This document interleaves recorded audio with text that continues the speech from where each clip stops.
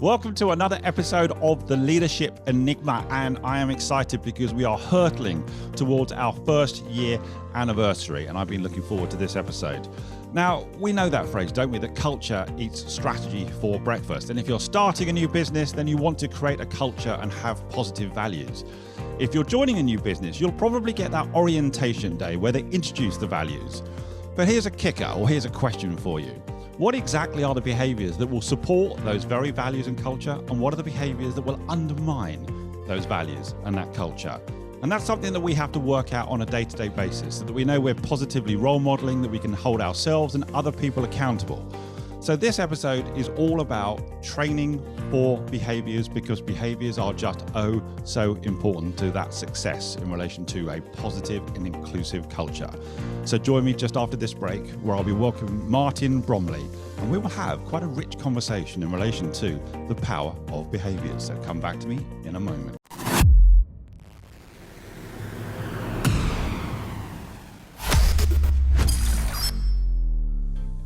You're listening to The Leadership Enigma, powered by Transform Performance International, a podcast for the insatiably curious to explore the power of human-centered leadership to create real momentum for positive and sustainable change. Whether you're an entrepreneur, business owner, or corporate executive, each week we speak to global experts, academics, rising stars, ambitious upstarts, and disruptors as we discover that success leaves clues. Now, here's your host, Adam Pacifico.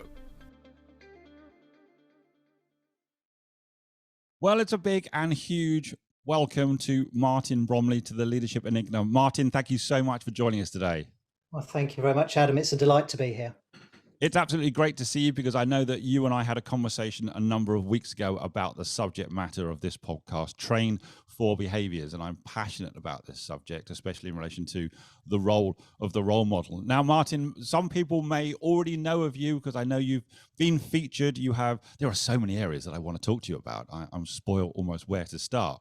But Martin, let's start with you, because I'd like you to help the listeners understand a little bit about your journey. And I know that's a wide question, but you start where you feel we need to start this story. So I suppose my journey really started when I left school. I was 18, not particularly well qualified, and ended up as a junior clerk working for the Ministry of Defence. I was a civil servant. And at a very young age, I got promoted into a leadership role, which frankly I was terrible at.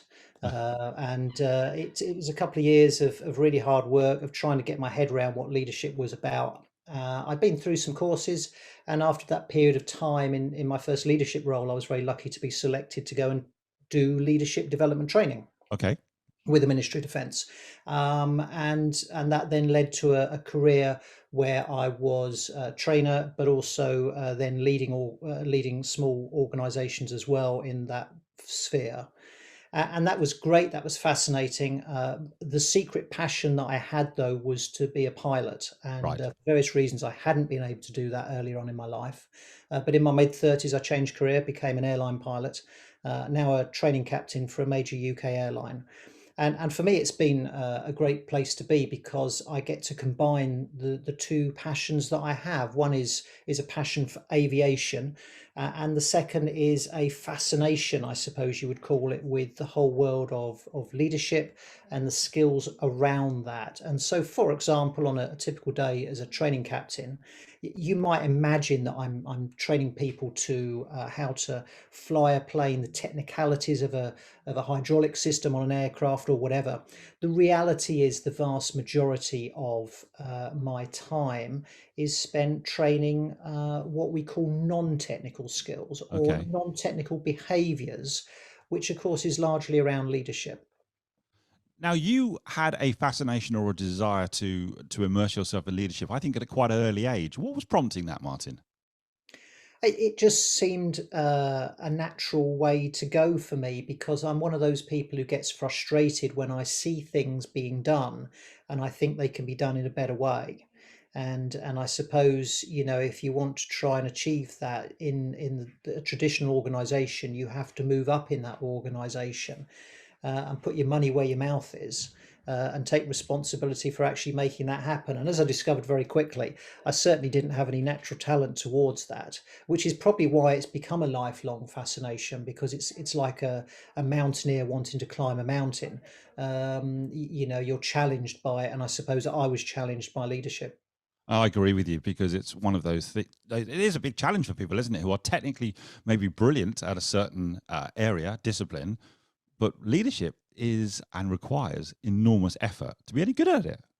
Yeah, absolutely. And it's not something that you can just have a go at, and hope that it works out and not really pay much attention to. And as I know we're going to come on to, back in 2005, I suddenly found myself in another world, which was working with healthcare. Yes. And healthcare, still to this day, is probably one of the last organisations, or one of the last kind of areas of work where I found that people are still promoted largely on technical merit into leadership roles, and just told to, "Oh, get on with it. You'll work it out. It'll be fine," sort of thing.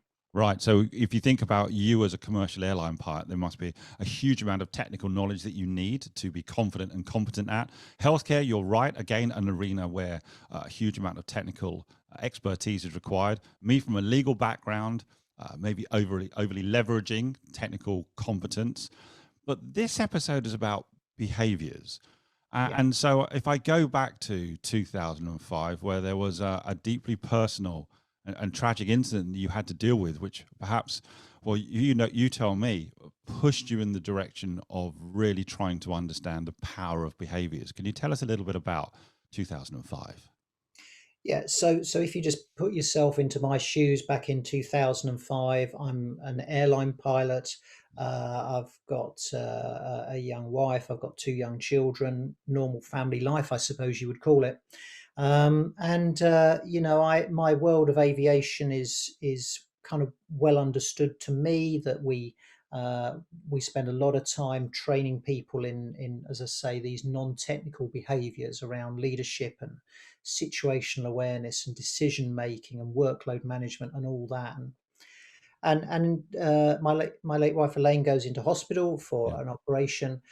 Problems occur. She never wakes up after being anaesthetised, and 5 days later, I had to make the decision to switch her life support off. And she died eventually, 13 days after the original attempted procedure. And at the time, I was assured that an emergency basically had occurred when she was anaesthetized.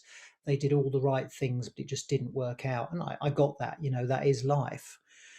But but I just assumed, because of how things were done in the world of aviation, that there would be an investigation, not with any attempt to blame, but simply to learn from what had happened, to Right. contribute, if you like, to healthcare, maybe. And maybe there weren't any lessons that could be learned. Maybe it was genuinely just, to quote, one of those things. But as the but I was sorry, I should say I was very lucky. I now understand, in that I was granted an independent review, which was extremely rare. Right. And a few months later, Professor Mike Harmer, who was then the president of the Association of Anaesthetists of Great Britain and Ireland, produced a report, and it started to talk about communication problems. And I didn't really understand at first what he was saying, but as Mike and I spoke and we drilled down into this report, it became evident that all the things that I've alluded to, that I was used to in aviation around leadership, decision making, team working, situational awareness, all those sorts of things, Yes. were where the problems occurred. We had a technically excellent team. They had all the equipment they could have needed. At one stage, there were seven of them in the operating theatre, Right. and but they missed the big picture. The three doctors ended up becoming fixated on one solution.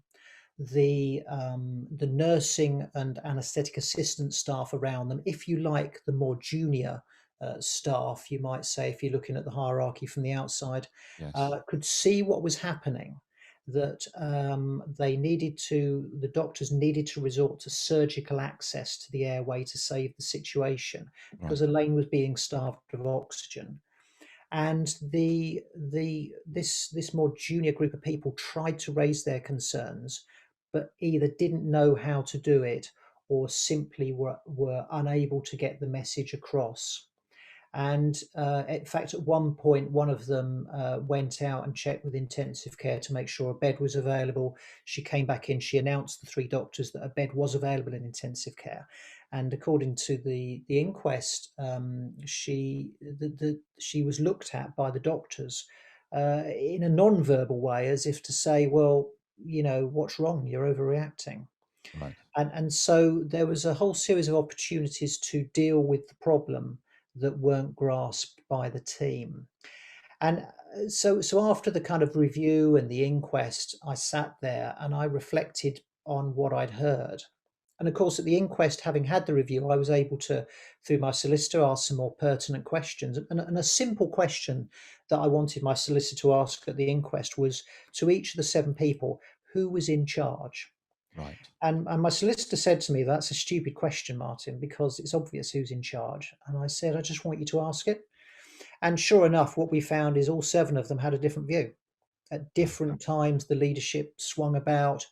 There was a dispute about who was really in charge and what was happening. And in fact, the principal anaesthetist, it was principally an anaesthetic issue. Right. He just said, "Look, I lost control." Right. And so having got this information, I then kind of thought, okay, now what do I do? Martin, firstly, thank you for sharing what is a deeply personal story. And I'm humbled by it because, you know, we've spoken before that you've taken that incident, and I don't know how you deal with something like that. I really don't, into something positive, and you're insatiably curious and you wanted to find answers. And what I'm hearing is that you had an incredibly technically competent group of people in surgery, but actually some of those behaviors were just wrong at the time or didn't exist. Some of Yeah, the positive behaviors that one needed in a high stakes environment were missing. Is that a fair summary? I'm not doing it justice, and forgive me, Martin, but is that a fair summary that some of the basic behaviors were missing? I think the if you look at it from my world of aviation, the answer is definitely yes. Right. And we know that there's certain behaviours that are more likely to lead to success, Right. and there are certain behaviours that are more likely to lead to failure. And the evidence in aviation, we call it evidence-based training, is based on real accidents, real incidents, real near misses. So we'll look at an accident and say what behaviours were present that may have contributed to this accident, and likewise we'll look at many successful flights and say what behaviours made these successful flights. So if you behave in a certain way, it doesn't guarantee success or failure, but it gives you a much greater likelihood of one or Right. the other. And obviously what we want is success. And so there's a lot of teaching in aviation, but examinations in aviation, and more importantly, a lot of observations. So healthcare, for example, is very keen on audit. And I took a long time to get my head around what audit meant. And what they mean is they'll, for example, if you have a surgical checklist to do, Right. what they'll do is they'll get that signed off every day by all the checklists are signed by somebody. It goes into an in tray, and then somebody counts the number of bits of paper and the number of procedures that happen. And if there's 7 bits of paper and 7 procedures, you've got 100% compliance. Right. No, you haven't. You've got 7 bits of paper. What we do in aviation is we observe. We want to go and watch. We want to have a senior person sitting in on a sample to see how do people behave? Are they applying those behaviours? And what I found in healthcare is that was, first of all, unheard of, that concept. But more importantly, the team that were trying to help Elaine had never had the benefit of that sort of training where we try to develop those behaviors, particularly in the world of simulation. So there Right. was very little simulation to give them a chance to understand how they might behave in a similar situation. Now they had been examined on the emergency that had occurred. It was called a can't intubate, can't ventilate, and I'm sure in their examinations they scored top marks and would have scored top marks if you put an exam paper in front of them. But real world is messy. You don't see a situation that starts off as one thing that maybe deteriorates to another gradually Right. as becoming that exam question. And so you need to have a whole set of behaviors that help you become aware of what's going on, to build that awareness.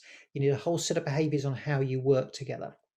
And I think it's really crucial to say that when the chips are down, when you're under pressure, and this team had a very short time, the damage was done in under 25 minutes. Right.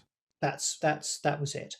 So what are the behaviors that could have helped them? And the behaviors that could have helped them, you don't just pull out of the bag at that moment. You need to have practiced those behaviors for years previously. They need to become part of the culture. And you talked earlier on about values and culture and things like that.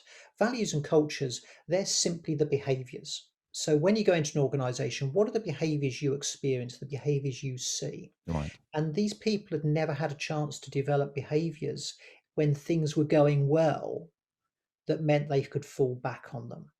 So And that it for was me, automatic for them, yeah, instinctive. that was automatic and natural, basically. Yeah. Okay. Now, I know in my mind, I'm drawing comparisons with healthcare, surgical theatre, and the cockpit of an aircraft. And I'm thinking of things such as deference to hierarchy, because that was something that was widely spoken about many years ago, wasn't it, in relation to Yes. behaviors that could lead to tragedy, and in fact did lead to tragedy. Can you just say a little bit about deference to hierarchy? So deference to hierarchy is something we kind of grow up with, I guess. In that child-parent relationship, Right. I guess that when you go into an organisation for the first job, you're very new, you don't understand everything, and it's all new, and we get used to that. The problem with deference to hierarchy is it can kill you, Right. and it killed Elaine. So in aviation, back in the 70s, we'd had a period where aircraft were getting technically more advanced and safer, but Right. accidents were still happening.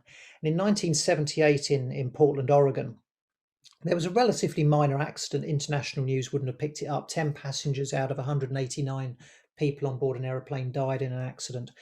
And what had happened in this accident is a DC-8 jetliner, a four-engined aircraft, had put its undercarriage down on approach, and the undercarriage, they didn't get a good indication. They didn't get an indication to say it was in a safe position. Right. So the crew correctly climbed up again. They did some troubleshooting for 20 minutes. They worked out the gear was in fact safe to land. But what happened was that the captain started to become fixated on the possibility that maybe there is still a gear problem there, even though they'd done everything they could have done technically to resolve that. And they ran out of fuel. They spent another 40 minutes, having done all the troubleshooting, circling around until they ran out of fuel. And in the flight deck were two more junior pilots, a first officer and an engineer, Right. who were hinting that the fuel might be a problem, but they never got the message across. And in fact, the first time that one of them directly says to the captain what needs to happen, Yes. one of the engines had already flamed out from loss of fuel, and it was way too late. Wow. The words from the first officer were, "Get this XXX on the ground." And that was the first time that they'd intervened. Up to that point, they'd been saying, "Oh, how much fuel have we got? We got 5,000 pounds. Okay, how much fuel have we got? We got 3,000." Nobody said, "We're running out of fuel. We need to do something." But that was Right. the tip of the iceberg that had happened over the previous few years. And in fact, a year earlier in Tenerife, there'd been the world's worst air disaster, still remains the world's worst air disaster. 583 people died. Wow.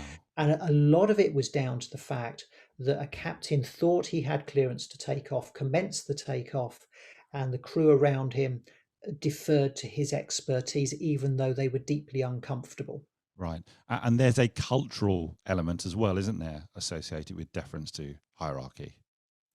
Yeah, well, that's been discussed over the years. The reality is that that's why we train behaviours Yes. in aviation.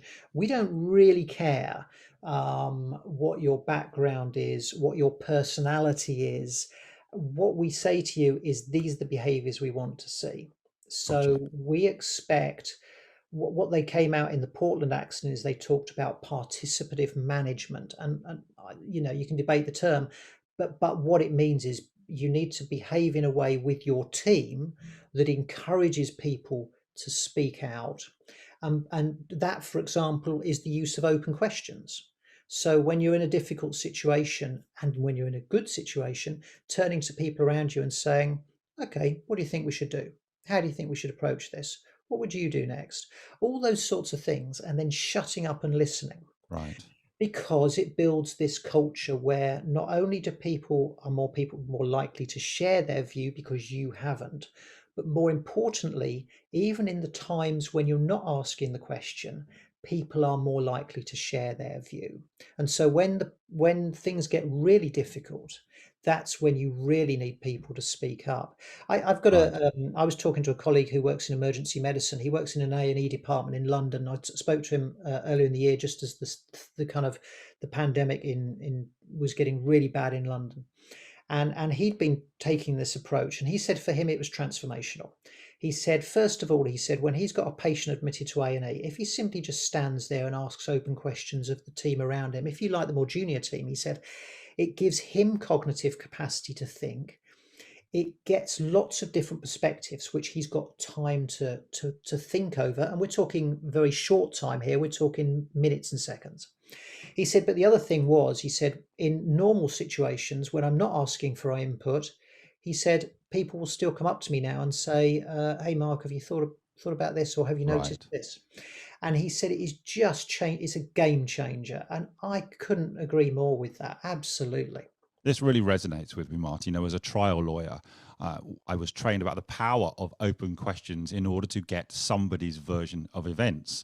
And sometimes we lose the ability to ask good questions. I've also done some work with Johns Hopkins University and their teach, don't tell, or point of the wedge methodology, where rather than telling people more junior or who are at the medical coalface what to do, they're deploying open questions in order to tease the answer from them and actually teach them as opposed to just telling them. And also, one thing I remember reading one of the books, which you're probably aware as well, is the Checklist Manifesto, Yeah. where a surgeon, whose name, forgive me, I've just forgotten, That's took. Mulgrew. Yes, thank you. So the surgeon took the checklist manifesto, or the use of checklists in the cockpit, and brought that into the surgical arena. Any thoughts on that? Yeah, I think that so checklists are just cognitive tools. Right. Okay, and this is about the work that a lot of the work I've done in healthcare has been around human factors and promoting the science of human factors. So of which a lot of the non-technical behaviors I've talked about is part of the science, but the science is much wider. The science is about how we make the system and the behaviors so that it's easy to get it right. Okay. And if you think about it, if you're a leader, what you really want is your team to produce results. And the best way to do that is to make it easy to get it right. And what Atul Gawande had worked out is that there were problems occurring in surgery in his particular case, and it was because some of the basics hadn't been dealt with. And every time they were going into theatre, they were making sure that, have we got the right blood stocks? Have we forgotten to get them, and all this sort of stuff? Have we got the right tool? Oh, we forgot those as well. Right. And saying, you know what, this just simplifies things. There was a big backlash in healthcare about checklists. There still is. There was many years ago a big backlash in aviation about checklists. Why do experienced people need a checklist? And the best example I can give is that when you go on holiday, if you're going away on holiday, you don't want to forget your passport. You don't want to forget your particular favorite pillow or rug or whatever. You don't want to forget the bottles for the baby. Having those things doesn't guarantee you have a great holiday, Right. but actually when you get on holiday, if you've got those things, it makes your life a lot easier. And so a checklist is about making sure you've got the things, the critical things, to help you then do your brilliant thing, whatever it might be, as a surgeon or as a pilot or whatever. Right. And it gives you the chance to use your cognitive capacity on the important things. So if you're a surgeon and there's been a bleed, for example, you don't want to sit there thinking, did anybody get the blood stocks ready? You don't want to think that. You want to know that it's been done, Right. as just one example. And so a checklist sets you up for success. However, the only thing I would say is that when Atul Gawande looked at healthcare and aviation and picked on the checklist, what he was actually picking on was the lowest lying fruit. The real lesson from the aircraft he looked at, the B-17, was other things around the design of the aircraft originally to make it easy to get it right. Because what they did is when they designed the aircraft, they made a really big mistake. Right. They put the wheel, the thing that put the wheels down and the thing that put the flaps down next to each other in the flight deck, and the levers were the same.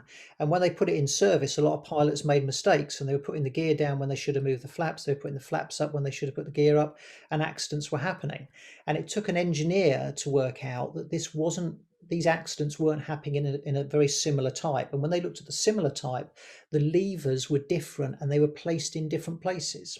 So this design of the system often has a far bigger benefit than just trying to change behaviors. So in your organization, you always need to ask yourself, when you make a change as a leader, is this going to make it easy for people to get it right? How's it going to make it easy for people to get it right? And in that respect, as a leader, you need to understand what the real world is like at the front line. You can't make those decisions in glorious isolation, because making it easy to get it right is going to give you the outcome you want. Making it easy to get it right is a great phrase. And was it ego in some way that was blocking the acceptance of a checklist in arenas where there were very bright, very technically competent individuals? Was that an aspect of it where it was it's too basic? It was being presented as something that was too basic to people who were doing something very complex? I think partly it was, yeah, let's be honest about this. But I think also partly it was about the checklists that were being designed in healthcare were marvelous things. They were designed to cover every little bit. The risk managers had a field day. I'm going to produce a Right. perfect checklist, so I can't be blamed by the lawyers. Right. So what I say, and what we do in aviation, is a checklist is a tool. Give you an example. When I'm about to land an aircraft, we have a three-line checklist. 3 actions that are absolutely critical that they need to make sure they're done. That's all we check. I don't have a checklist that tells me how to land a plane. Right. Okay, that's something I learn. So a checklist is very short. It's very punchy. Have we done X? Yes or no. Have we done Y? Yes or no. Is Z in the correct position? Yes or no. That's all it needs. In healthcare, we've still got a problem where we're getting multiple words on checklists. Checklists are not the answer to everything. They're simply a cognitive tool. If Right. they make it easy to get it right, great. If it's not used because it's too long-winded, then it's a waste of time. Get rid of it. It's not a compliance certificate, as you say. Absolutely, It's a yes. cognitive tool, and I'm assuming that a checklist will help you when things are starting to go wrong. And I don't know whether you know the answer to this question. Did a checklist play a part in obviously Miracle on the Hudson? Yeah. And obviously, as they were trying to land that commercial airliner on the Hudson, is that something then that comes into its own? Because as you're trying to process things so quickly in an unbelievably high stakes environment, it allows you to do the basics Yeah. for sure. So the two checklists really. One is a what we call a checklist for normal times, which is where you're simply checking you've already done the things you need to do. Like, Right. have I done the 3 critical items before I land? Right. Then when you're in an unusual situation, for example, the landing on the Hudson would be a good example of that. You want to have a checklist that's read and do, because you don't do it very often. Okay. Do this, do this, do this, and then do it as you go along, if you know what I mean. Yeah. Now, actually, the checklist that was being used in the Hudson case turned out to be not suitable. So the manufacturer had designed a checklist which made a lot of assumptions about when this sort of incident might happen, and it assumed that you had time from high altitude to work through it. And of course, what Sully didn't Yeah. have was time. Just So as a taken off, result, hadn't he? they've actually the manufacturer's redesigned and has now got 2 checklists: one for when you're high altitude and you've got a lot of time, although relatively not Yeah. much time when you've got no engines, and one for low down, where you can just do some really key things. And that was a direct result of that experience. And that's, I think, shows the real value of investigation and learning. I think we're still in a world in some organizations where we believe in kind of root cause analysis, where we look for just one root cause, and once we've solved that, everything will be great. No, in aviation, we've learned over 100 years of accident investigation, you've got to look at all the causal factors. And although a minor piece of the Sully incident, having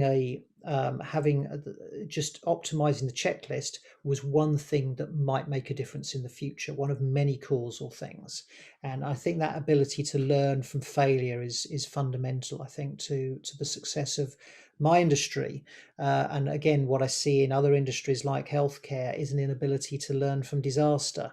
Right. We quickly kind of, in other industries, we tend to look at something going wrong and saying, oh, it was that Adam bloke, he was a bit rubbish that day. If we get rid of him, then actually this problem won't happen again. Actually, in most organizations, you discover, if you get rid of the bad egg, that actually that person wasn't the bad egg, and it can easily happen to somebody else. So that's why we need to be better at learning as well, which is again fundamental part of the leadership journey. Right. So life just isn't that simple, isn't it? And it definitely wasn't me, Martin, just so I let you know. But with this, you mentioned something I want to pick up on, and that we've got to learn from failure. And the airline industry is very good at this, isn't it, in relation to Yeah. people being able to report incidents. Am I right in this? Anonymously, in order to learn, not to Yeah. judge, not to point fingers. And I appreciate if there is a tragedy, if there is a serious incident, then there is a full aircraft investigation. But tell us a little bit about the power of learning from failure, which the airline industry has embraced for obvious reasons. Yeah, so it's all about just culture. And in essence, when something goes wrong, we split the learning and the blaming, or Right. the learning and the accountability. And that is enshrined actually in international recommendations from the United Nations, from the International Civil Aviation Organization. It's enshrined in UK law, in how the Air Accident Investigation Branch work, for example. And we're about to have a change in the law in healthcare, which will set up a statutory body to do exactly the same. So when something goes wrong, we the danger is if you know somebody, if you've made a mistake and something bad's happened, what you don't want is to clam up and say no comment, my honour, or my lord, or whatever you say in legal terms. So you want people to share fully what has happened, so you can learn from it. That's the priority. Right. Now, having learned from it, then the second stage is then whether you hold people to account or not, etc., etc. But they're separate, done by separate people. And again, when I came into healthcare, and I suspect it's the same in a lot of large institutions and organisations, what I discovered was that when an incident occurs, then the people doing the investigating are inevitably the management team of the department where the incident Yes. the incident happened. And so, with the best will in the world, you can't separate the learning and the blaming in that particular, or the learning and the sanction, whatever you want to say. So learning has to be done independently.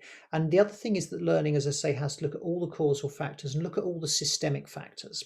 When something goes wrong in whatever industry, yeah, there might be genuinely a bad person. There might be a Harold Shipman, for example. Right. But the reality is that is extremely rare. What we're more interested in is, how did the system make it easy for it to go wrong?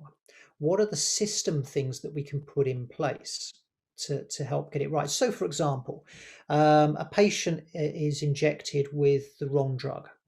Okay. So who did the injection? Who was their boss? Who supervised? Who checked it? That doesn't help. What you need to look at is actually, well, okay, so what was happening at the time? Why did it make sense at the time? And what you'll find, for example, is that perhaps the drug that they were giving is in very similar packaging to a drug that does something else, Okay. but similar packaging, and that you find the drugs cupboard was disorganized, and people were being distracted by phone calls, and suddenly you're saying, okay, we're starting to see system things now that say that if we get rid of this bad person who made this error, it could actually happen to somebody else. And I had a conversation a number of years ago with a clinical director, a nursing director of an NHS hospital, and we were talking about drug errors. And she said, the normal protocol is that, if a nurse makes a mistake, we suspend that nurse for a while. We take away their ability to administer drugs for a while as a kind of punishment. And then later on, we were having a conversation, and she said to me, "Do you mind if I tell you a story?" She said, that protocol I told you about. She said, actually, we're changing that now. Right. And I said, "That's really good." I said, "Why are you changing it?" She said, "Well, a year ago, I had a nurse who made a drugs administration error, and unfortunately, it was my daughter who did it." Wow. So her daughter was the nurse who made the mistake. And when she suddenly looked at it and thought, now she started to ask the question, Why did this make sense at the time? And if you talk to accident investigators, that's such a crucial question. Why did it make sense at the time, as opposed to why did they do that? Is a much more useful question, because then you can start to learn. Then they're really looking at the situation or the ecosystem around Yeah, the individual, absolutely. not just the individual. And perhaps historically, and I've seen this on many occasions, we tend to look for who was Yeah, responsible as opposed to what was responsible. Now, obviously, you started a charity in 2007, I yeah. believe. Tell us a little bit about that, Martin. So, for the first couple of years after Elaine died, my priority was to look after my two young children and to Of get back course. to my day job, to get back to my job as a pilot. But I couldn't help but reflect on what I'd learned at the review and the inquest into Elaine's death, and it troubled me that here we had one of the largest organisations in the world, the NHS, 1.3 million people, Mm, and people didn't really seem to understand the world of human factors and of the non-technical behaviors I've been talking about. It was as if it would be a bit like saying in an organization, do you have accountants? And they say, no, what are accountants? What do right. they do? You know, we just put all the money in a bag and then we take it to the bank and that's it. It was almost like there was some major part missing from healthcare education. And I started to speak to doctors and nurses, and I started to speak to academics and to policymakers. And after a couple of years, I kind of got this advice from someone. He said to me, Martin, he said, you can't do this on your own. You need people around you. And so I got a group of people together in a room. I Yeah. said to the Department of Health, will you help pay to run this day? They said no. So I thought, right, I'll pay for it myself. And I got Wow. about 40 odd people in a room. In fact, the Department of Health did eventually pay. And I got this was a range of chief execs, of doctors, of academics, got them in the room together and say, okay, we're all talking the same language, but nobody else in healthcare is. You folk know about what I'm talking about. You've done research or whatever, or you're just enthusiastic. What can we do? And they said, well, maybe we should form an organization. So we founded the Clinical Human Factors Group. It simply exists to promote an understanding of human factors in healthcare. And that's what we've been doing ever since. At that initial meeting, I said to them, who's going to lead this? And nobody said anything. So I kind of said, well, I suppose I better then. Right. So I chaired the organisation for 12 years. I'm still a trustee, but luckily better people have taken over the leadership role now. But I've got to say that leading a voluntary organisation and trying to achieve major systemic change in one of the world's largest organisations is not an easy task. That's probably your most challenging role to date. And I think so, and I think for me it was very different from my day job, because suddenly I needed to be quite entrepreneurial in what I was doing, and that's definitely not anything I've ever been. Right. And so again, it was this kind of concept that I take from aviation about asking open questions. That's what I did all the time. I was trying to learn from people around me who genuinely knew so much more than me and still do. And I suppose that the way that we drove a lot of change, like getting this healthcare investigation body, which is formed about 3 years ago now, which is about to become a statutory body. We did those sorts of things through telling stories, but backing it with science. Right. And that's my advice if you're trying to influence anything that you don't have control over, is science and stories is critical. So the charity is still going, much more successful for not having me as the chair, that's for certain. But it's been a long journey. But the one thing I would say is, by taking that approach of science and stories, Yes. actually, I've had very little challenge from healthcare. Actually, most of healthcare has been on side. The hard thing for them is trying to work out, we love what Martin's saying, we want to do it, but actually, how do we do it? Because the real world in healthcare is very messy, like a lot of big Yes. organizations. It's not easy to influence, and it's not easy to change a big oil tanker's course. And it takes lots of little changes and nudges. You can't do it with one big thing. I think that's the other thing. And it's got to be a consistency of message. I think the leaders have to talk the language and role model the language Yes. all the time.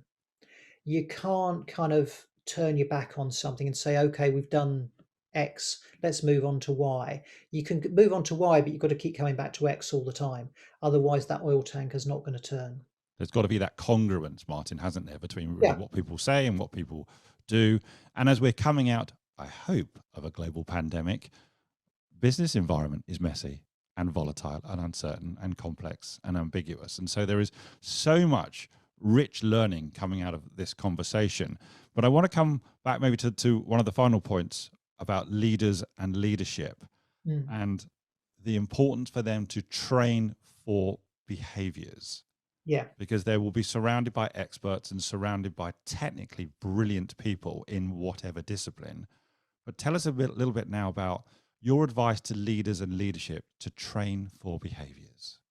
I think the first thing is to decide what behaviours you need to see. Right. We've defined that in aviation. We've got, again, through work done by the International Civil Aviation Organization, we've got a framework of about 9 competency areas, we call them, like decision making, leadership and teamwork, situational awareness, etc. Right. Where, but each of those then has kind of 5, 6, 7, 8, 9 behaviours that we look for. And so the first thing is to say, define what behaviours you want to see. Not just I want people to be, I want people to be open. What does that mean? What does Yeah. open behaviours look? So, for example, the use of appropriate open questions, I think, is a really important one. Listening, demonstrating understanding. Um, as just some examples. So, and if this is a slow process, but defining those behaviors then is a really powerful way of communicating, both to people when it's going well, because you can say the reason for your success was these behaviors were present, Right. or the reason for the failure was actually some of these behaviors were not present. But also when you get somebody new in a leadership role, as I was many years ago, making a complete mess of it, instead of saying to somebody, you need to be more outgoing, what the hell does that mean? I'm not an outgoing person. You can actually say, okay, Martin, this is what you need to do. You need to, again, ask open questions. You need to brief the team each morning on the challenges of that day. You need, or whatever it might Yep. be. So thinking about those behaviors and having some perhaps evidence base, and most organizations will have that from customer feedback, actually. What are the things that what are the behaviors that customers don't like? Because there's a high probability what the customers don't like, your employees don't like with each other either. And again, there's been some good, you mentioned John Hopkins, there's some great evidence from them about that. Um, so that's kind of my big advice. And the other thing I would say is as a leader, you need to understand what the front line is like. So it's no good saying I want to see these behaviors or whatever. You Right. need to be at the front line. You need to understand the front line work, to understand why they make the decisions they make and why they behave in the way they behave. It's that connection, isn't it, between what is actually going on at the coalface and perhaps the architects of the strategy. And on many occasions, there's a disconnect. Another question just popped into my head, Martin, and I wanted to ask this because there was a phrase you mentioned the last time we spoke about, and I think it's relevant here: confident humility. Mm. Tell me a little bit about that, confident humility. So it comes into this kind of open questioning style that most of the time, if you're particularly in a highly technical environment, as I am in aviation or in healthcare or in other parts of industry, you might have a lot of experience and you might know what you need to do. You see a problem, you think, yeah, I just need to do this and solve it. But even then, just taking a step back and saying to the team around you, how would you approach this? What do you reckon to this? What do you think is going on? Is great because, again, it gives you more cognitive capacity to think, Right. but also it means that you are more likely to optimize your solution. And that's really, I've found that with my experience all the time in aviation. I'll have a really good idea of how to deal with a problem, but simply by asking that open question, I'll suddenly get a few more ideas back and I'll think, hey, that's actually, if we change this, we could do that. And that would be even better. Right. It's about getting to the optimal solution. So confident humility is the ability to recognize that you are not always going to be right, that actually people around you, you're surrounded by brains. Are people's brains, their brains any smaller than yours? Really? Of course they're not. People will have perspectives, just as they did in my late wife's case. The more junior team could see what was happening, the people in the mix doing the procedure couldn't see, yet they were the more experienced. And just giving that open chance, that acceptance that you might be wrong, or acceptance you might not have seen everything, or acceptance that you could be even better, really opens up the conversation. But in times when you are challenged by something that you have never seen before, Right. it's even more important. And confident humility in that case can be simply saying to everybody, look, I haven't got a clue how we're going to deal with this. Give me your thoughts. And this is so linked into the work that I'm doing at the moment around human-centered leadership and those innate capabilities to be an empowering leader, not the technical competence that we may have acquired in our early years, and maybe the technical competence that we've relied on in order to get to where we are at the moment. And Martin, this is a fascinating episode, and we've touched on so much that I keep feverishly making notes to try and keep up. And my last question, a couple of questions. One is, how could people get hold of you to learn more, to continue the conversation, to get involved in the charity? What's the best way to connect? So the charity website is www.chfg.org. Right. If you want to get in touch with me, you can do it through LinkedIn, alternatively through the charity, which is info@chfg.org. Right. And go through to one of my colleagues, Rebecca. And if you want to find out more about the story of what happened to my late wife and the lessons from it, you can Google on YouTube, for example, Just a Routine Operation, Right. or read Matthew Syed's excellent book, Black Box Thinking, or Ian Leslie's piece in the New Statesman about my work. Yeah, thank you. Yeah, I know you were featured in Matthew Syed's book, Black Box Thinking. My last question, I promise. This might be a tough one. What's the best piece of leadership advice that you have given or received that you can recall? Best piece given or received? Probably it goes back to many years ago when I was in charge of a training team. This is prior to my aviation career. We were a training consultancy based in London, and I was Yes. in charge of the team that delivered the training. And when I came into the team, we had a massive task to keep the business going, which was to double the profits, and otherwise I was going to be out of a job. And also to get the team working in a particular way with skills they didn't have, and they were terribly nervous, the team. And I kind of spent a week getting to know the team and looking at what they were doing. And on the Friday, I called them into a meeting and said, and one of the things I said to them at the time was, look, if we're going to be successful, you're going to have to double your error rate. Right. Double your error rate. And 3 years later, when I left that job, having kept the team, retrained them, and been successful, the one thing they all said to me was that was the most poignant moment when we met, was double your error rate. They said, because suddenly they felt okay, they felt supported, and they felt like they were going to learn. And And, that's the reality in life. You know, we make all sorts of mistakes. We have to learn from them, because if we don't, we're just wasting an opportunity. and we've got to leverage that learning, haven't we? Yeah, That failure is data. That yeah. failure is learning. Martin, thank you so much for an incredible episode, a very personal episode, and for taking the time out to join me on the Leadership Enigma. I hope you've enjoyed the conversation. I've loved it. It's been really fascinating, and keep doing what you're doing. It's really important to That's get very kind. out there. Thank you, Martin. You've been an absolute superstar. Join us again next week for more tips and strategies on the Leadership Enigma. We'd love to hear your comments on today's show, as well as suggestions for future topics and guests. Get in touch with your host on LinkedIn or visit the dedicated website, www.leadersenigma.com, powered by Transform Performance International, where you can access our exclusive learning, including books, videos, bonus content, assessments, and more. Please don't forget to rate, review, and subscribe on all your major podcast platforms. Thanks for listening.